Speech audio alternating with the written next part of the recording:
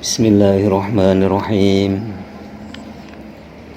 Wa an Anasin radhiyallahu anhu qala kana Rasulullah sallallahu alaihi wasallam yadkhulul khala'a fahmilu ana wa hulamu nahwi idawatan mimma'in wa anazatan wa yastangji bil ma'i muttafaqun alaih.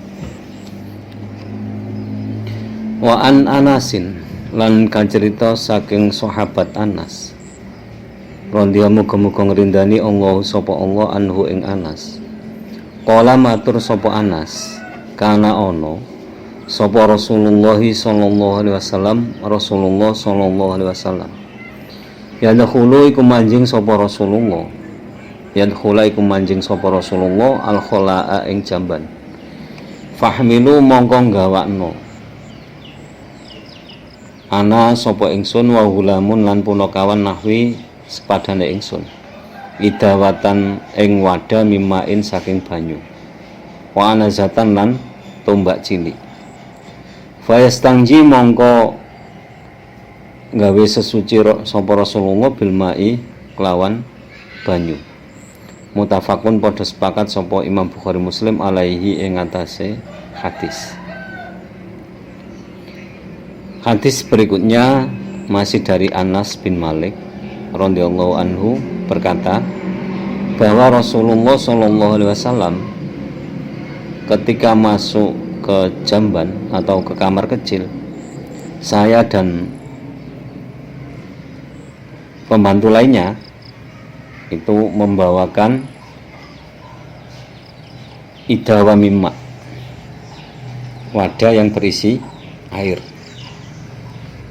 Maksud wadah yang berisi air di sini adalah wadah yang terbuat dari kulit yang ada airnya, dan membawa tombak kecil atau tombak pendek. Kemudian Rasulullah SAW bersuci dengan menggunakan air tersebut. Hadis riwayat dari Imam Bukhari dan Muslim. Lalu untuk apa tombak kecil tersebut? Jadi begini, ketika seseorang buang hajat, buang air besar, itu duduknya itu kan diusahakan yang menjadi tumpuan adalah kaki kiri. Lalu kaki kanan itu diluruskan dengan apa? Itu ada tekanan. Kalau bahasa Jawanya itu jejek.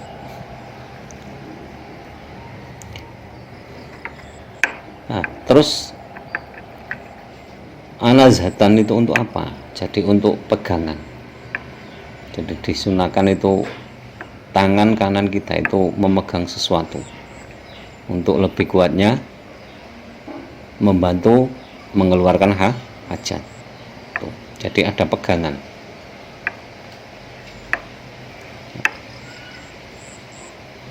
Kemudian setelah itu kan Rasulullah bersuci dengan menggunakan air. Jadi airnya tadi untuk bersuci, tombaknya untuk pegangan. Seperti itu. Wa anil Mughirah bin Syu'bah radhiyallahu anhu qala Rasulullah sallallahu alaihi wasallam khudhil idawata fangtolaqa hatta tawaru anni faqadha hajatahu.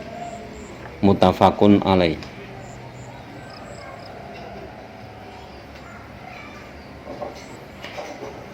Wa anil Mughirati lan kacerita saking Al Mughirah ibnu Syu'bah putra lanang Syu'bah radhiyallahu muga-muga ngrindani Allah sapa Allah anhu ing Mughirah bin Syu'bah. Qala matur sapa Mughirah bin Syu'bah, qala dawu sapa Rasulullah sallallahu alaihi wasallam, Rasulullah sallallahu alaihi wasallam, khul ngalapo sira al idawata ing wadah. Maksudnya idawata mimma, al idawata ing wadah banyu. Fang tolako mongko budal sira hatta tawara sehingga ora ketok sira utawa hatta tawara sehingga sepi sira ani saking ingsun. Fakondo mongko nekanono sira hajatahu ing hajat sira. Muttafaqun padha sepakat sapa Imam Bukhari Muslim alaihi ing atase hadis. Jadi hadis yang diriwayatkan oleh Imam Bukhari Muslim ini yaitu dari Mughirah bin Syu'bah radhiyallahu anhu yang berkata bahwa Rasulullah Shallallahu alaihi wasallam pernah bersabda seperti ini. Ambillah wadah air ini, kemudian kamu pergilah sampai tidak terlihat oleh saya, kemudian silakan buang hajat di situ. Nah, hadis ini menunjukkan bahwa ketika kita buang hajat, baik itu baul atau ghaid, baik buang air kecil ataupun air besar, itu jangan sampai terlihat oleh orang lain. Tuh. Makanya kalau membuat kamar mandi itu ya harus ada pintunya. Buat yang untuk tempat buang air kecil ya harus ada pintunya. Terkadang mengikuti tren zaman membuat kamar mandi atau membuat tempat buang air kecil itu sambil berdiri tapi di belakangnya tidak ada tutupnya. Itu ya tidak sesuai dengan hadis ini. Karena apa? Karena orang yang lewat kan melihat itu. Jadi yang ditutupi itu bukan hanya kemaluannya saja, tapi seluruh tubuhnya. Yang penting tidak kelihatan. Ini kan hadis ini kan sudah jelas menunjukkan bahwa fang tolako hatta tawaroani. Pergilah kamu sampai di tempat yang saya tidak bisa melihat kamu, tidak terlihat oleh saya. Sampai di mana tempat kamu tidak terlihat oleh saya, dan buanglah hajat di situ. Itu loh. Jadi jangan sampai kelihatan.